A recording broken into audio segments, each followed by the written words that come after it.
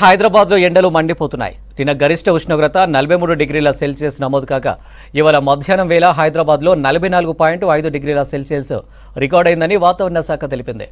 ఉష్ణోగ్రతతో పాటు వేడి గాలులు పెరిగాయని ప్రకటించింది. సిటీలో మరో 5 రోజులు భారీగా ఉష్ణోగ్రతలు నమోదవుతాయన్నారు వాతావరణ శాఖ అధికారులు. ఉష్ణోగ్రత 45 నుంచి 48 డిగ్రీలకు పెరిగే అవకాశం ఉందని చెప్పారు.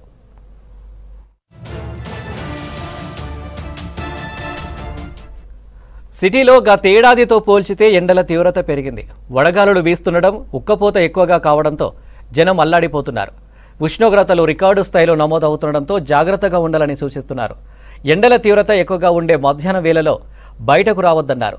తప్పనిసరి పరిస్థితిలో బయటకు వస్తే గొడుగులు వాడాలని చెప్పారు. అధికంగా నమోదవుతూ వస్తున్నాయి. అలాగే మన మే మొదటి వారంలోంచి కూడా అధికంగా ఉష్ణోగ్రతలు నమోదవుతూ ఉన్నాయి.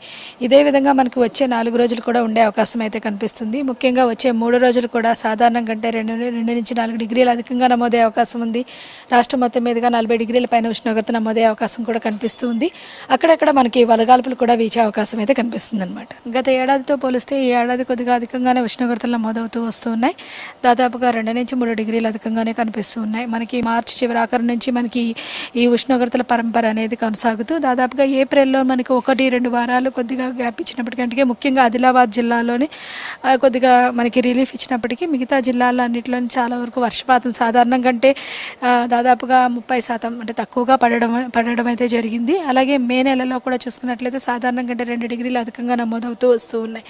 గత ఏడాది కంటే ఈ సంవత్సరం కొద్దిగా వార్మింగ్గానే ఉందని చెప్పవచ్చు. ఎక్కువగానే నమోదవుతూ ఉన్నాయి ఉష్ణోగ్రత.